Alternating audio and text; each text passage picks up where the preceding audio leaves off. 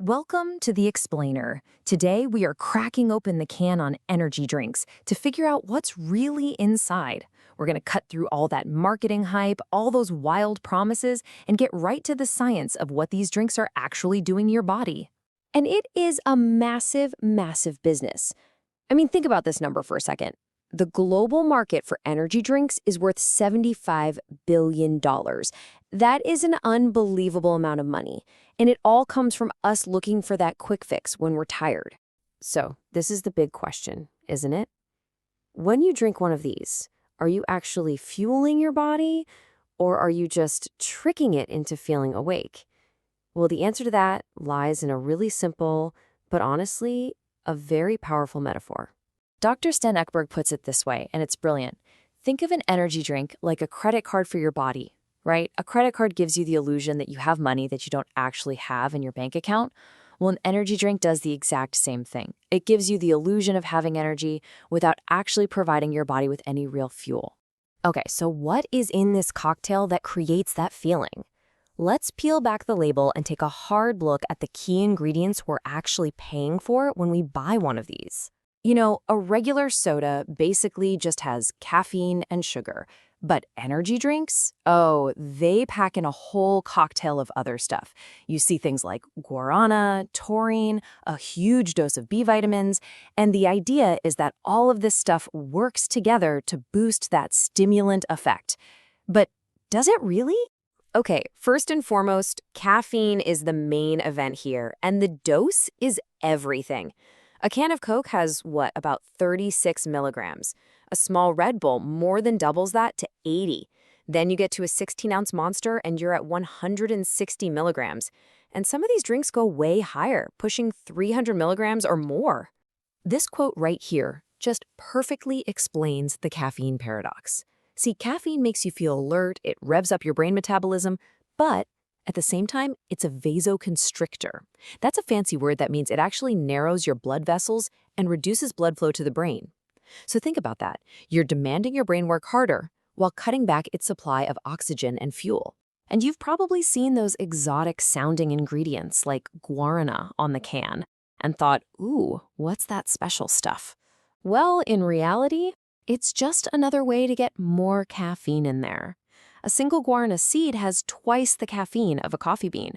So when you see caffeine and guarana on the label, you're getting a serious double whammy. Then there's taurine. This is another one they love to hype up as some kind of performance enhancer. But, you know, when you look at the research Dr. Ekberg points to, the science just isn't there. There's really no solid proof it acts as a stimulant. It seems like it's in there more for marketing, to make the formula sound more complex and scientific than it is. And then you get to the sweetener problem. It's kind of like a pick your poison situation.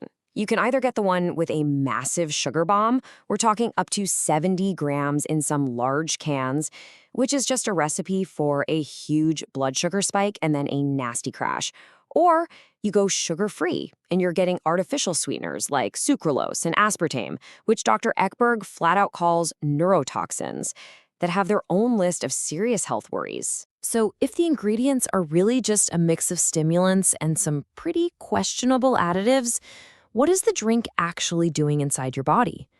This is where we get to the aha moment, the real difference between feeling energized and having real energy. This is what real energy is. It's a molecule called ATP.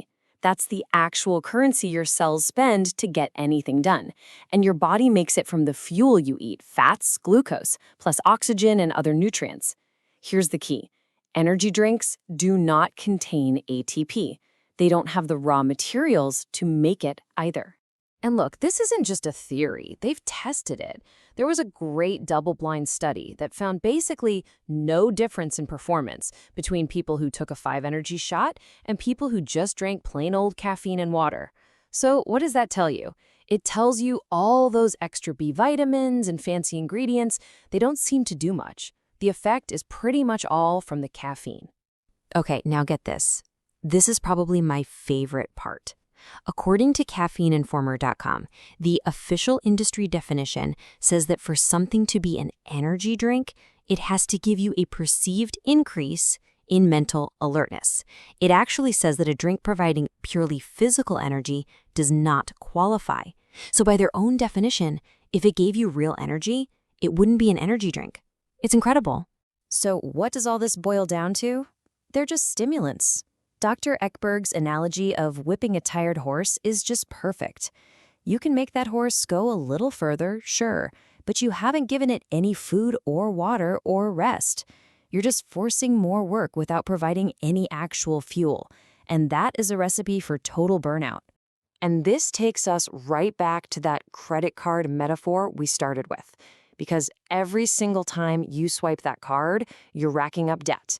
And that debt has to be paid back, usually with interest. It's the exact same idea here. As Dr. Ekberg says, you're not just getting a temporary lift. You are taking out a loan against your body's health. You're borrowing that feeling of energy, and you're borrowing your wellness from your future self. And that debt, it will come due. You hear this all the time, right? People say, oh, I drink them every day and I feel totally fine. But this is so important to understand. A lack of symptoms is not the same thing as being healthy. It just means no symptoms yet.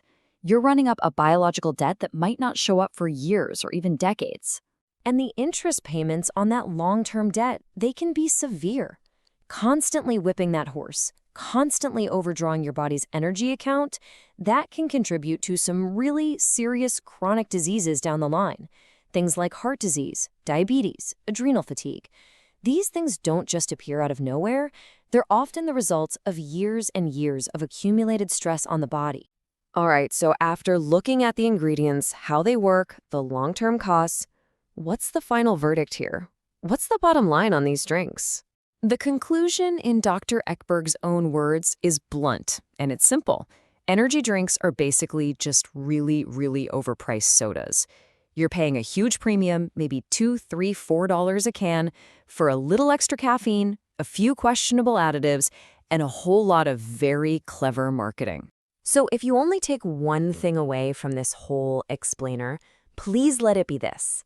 Energy drinks do not give you energy. They are stimulants that help you borrow energy from your future self. You're just kicking the can of your fatigue down the road. And that leaves us with one final thought. If you're borrowing health from your future every time you pop open a can, the real question you have to ask yourself is, what's the interest rate on that loan? And is it a price you're really willing to pay?